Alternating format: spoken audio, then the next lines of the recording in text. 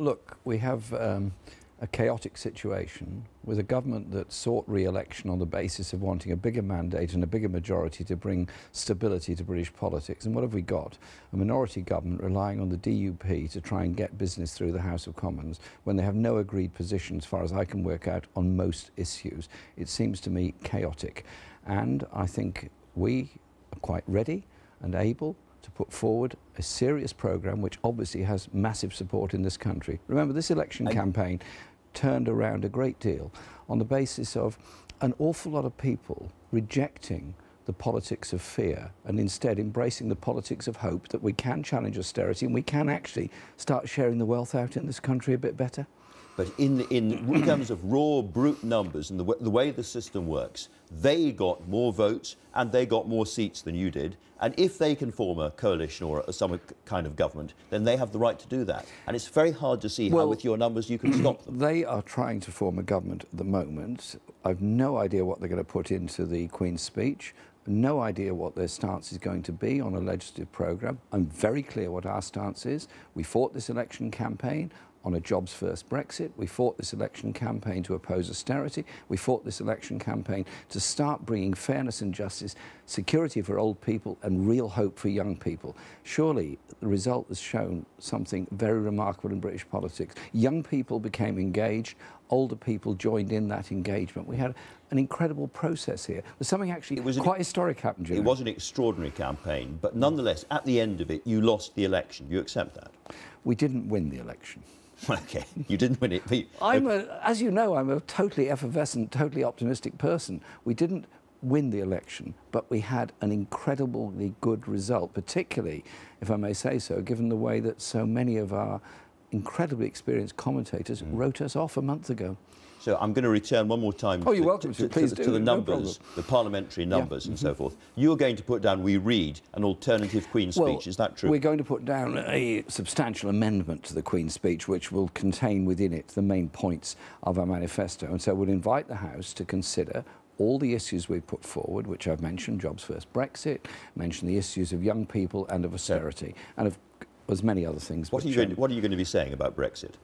Jobs first Brexit, and negotiate that as quickly as possible, but also to guarantee the rights of European Union nationals to remain in Britain. I think that will do that immediately. Immediately. Well, we already did that straight after the referendum last year on a, albeit non-binding, House of Commons majority vote, where the Conservatives, for the most part, abstained, but bizarrely, Boris Johnson supported the Labour vote on that occasion. Keir Starmer, your European spokesman, said that it was an open question as to whether you would actually stay inside the single market and the customs union or leave it. Do you have any clear position about that? Well, the position we have is that fundamentally it's protecting jobs and industry in Britain and maintaining that trading relationship. I've said this many times. Absolutely. So my question is, could you stay inside the single market and the customs union? Well, the single market is a requirement of EU membership, and since we won't be EU members, there will have to be an arrangement made. So so you are clear, we are leaving the EU? Absolutely. Where I frame it is that we want a tariff-free access to the European market.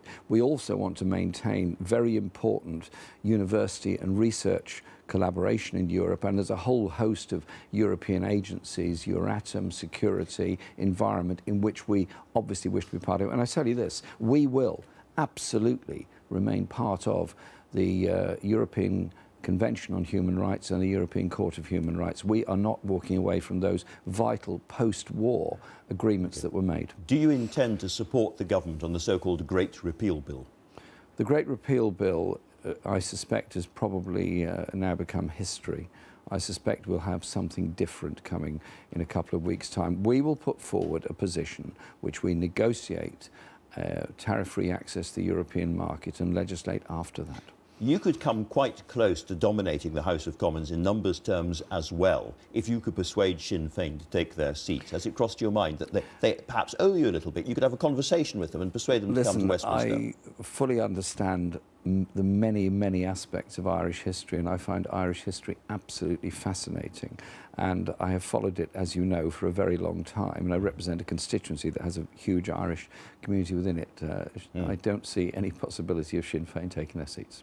None at all. OK. Well, Ruth, unless you know something no, I don't know. I don't. I'm asking you. But Ruth Davidson, who did very well for the Conservatives in Scotland, has opened up the idea of the main parties sitting down together and agreeing a joint position on Brexit. Is that something you would be open to? Well, I don't think there is a joint position, because Theresa May and the Conservatives have said all along that they will go and have a talk to Europe. If they don't agree, then they're going to set up some kind of Singapore-style low-tax haven on the shores of Europe. Well, that's not on our agenda at all.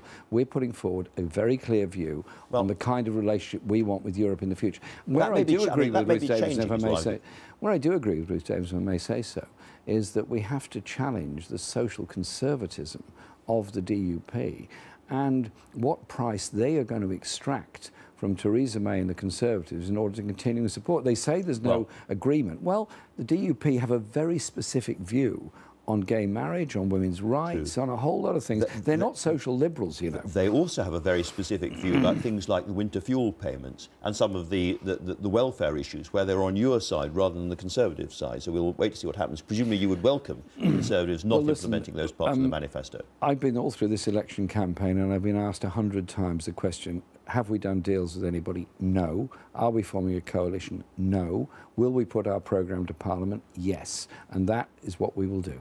That's why we fought the election. That's why we had the biggest increase in Labour support at any election since 1945.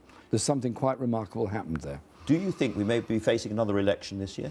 I think it's quite possible. It's quite possible there'll be an election later this year or early next year, and that might be a good thing, because we cannot go on with a period of great instability.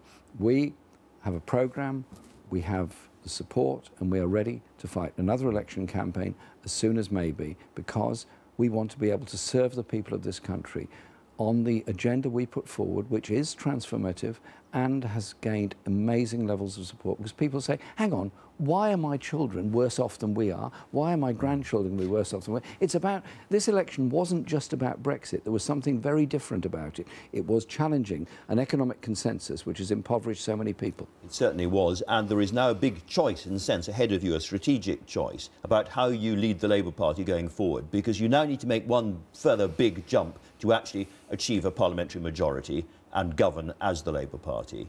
On the one hand, you could say, I'm going to double down on what I've achieved so far. The momentum movement, getting all those younger voters out, giving them a more left-of-centre manifesto, that all worked brilliantly for me, and that's how I'm going to carry on with the same sort of people around me as before. Or you could say, on this occasion, I want to open generously out to those people who gave me such a horrible time over the last 2 years, all those Blairites and Brownites who've been carping in the wings and are now eating humble pie all over the airwaves and saying how brilliant you are. Would you bring those kind of people back in? Yvette Cooper and all the rest of it. Are they welcomed back in the Labour Party? I'm the most generous person in the world. So the answer is yes. Listen, Chuka Yvette Cooper, they can come back in? I'm not going to appoint the shadow cabinet on your programme if it's all right with you, you know. I'm slightly disappointed. I know you're disappointed, but we'll, you know, I'm sure we can come to an accommodation about this. Yes, of course we're going to reach out. Listen, I always have. Ever since I became leader, I've reached out, and there's been one or two difficulties at times in the Parliamentary Labour Party, but let's put that behind us. The issue is, the party came together around a brilliant manifesto, came together and fought this election, and came together for a result that you and nobody else ever expected. Out there, a lot of people said, hang on a minute, you are for the first time offering a real choice in British politics. And do you know what? It's infectious.